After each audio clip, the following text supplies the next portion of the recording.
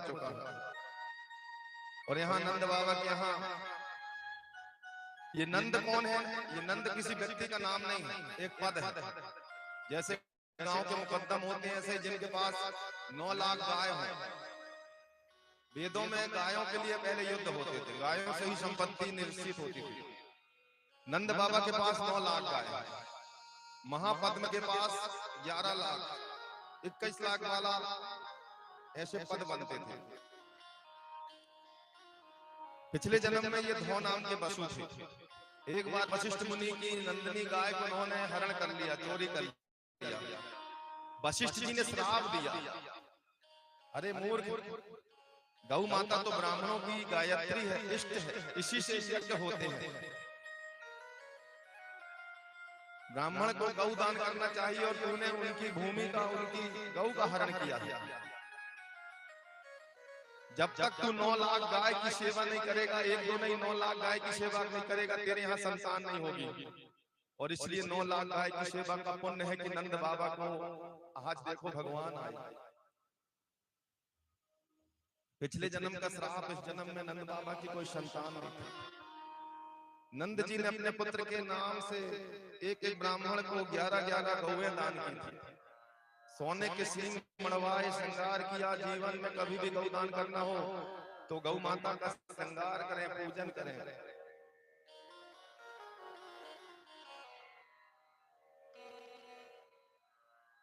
अगर आपने पैसा ही गौदान के रूप में दान किया हो तो भी किसी न किसी गौ की पूंछ पकड़कर ही दान करें।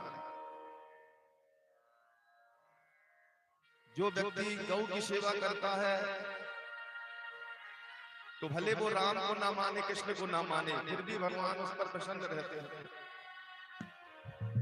केवल गौ की सेवा करो। 10 बार मंदिर जाओ चाहे ना जाओ, पर एक बार गौशाला में जरूर जाओ। गौ में 33 करोड़ देवताओं का वास है।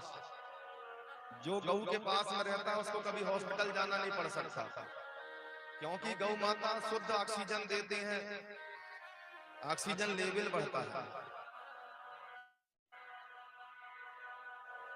पर कौन सी गाय? जो मां बोले। गाय क्या बोलती है? अम्बे, यानी जगदम्बा का नाम लेती है, क्योंकि गौरी जो बनी है गोबर से ही बनी है। तो घर में जाकर चिल्लाती है, अम्बे, अंबिके, अम्बालिके नमा नैति कश्चन। माँ जगदम्बा का एक नाम है अम्बा, और गौ माता वही पुकारती है, मुझ में ही जगदम्बा है, मेरे दर्शन कर लो।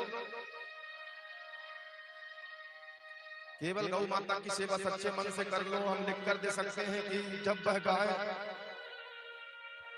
आपको कभी भी स्वर्ग में भी अकेला नहीं छोड़ेगी, अपनी पूंछ से बांध कर ही रखेगी।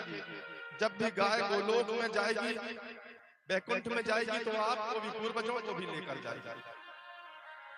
आप मुफ्त में ही पहुंच जाओगे।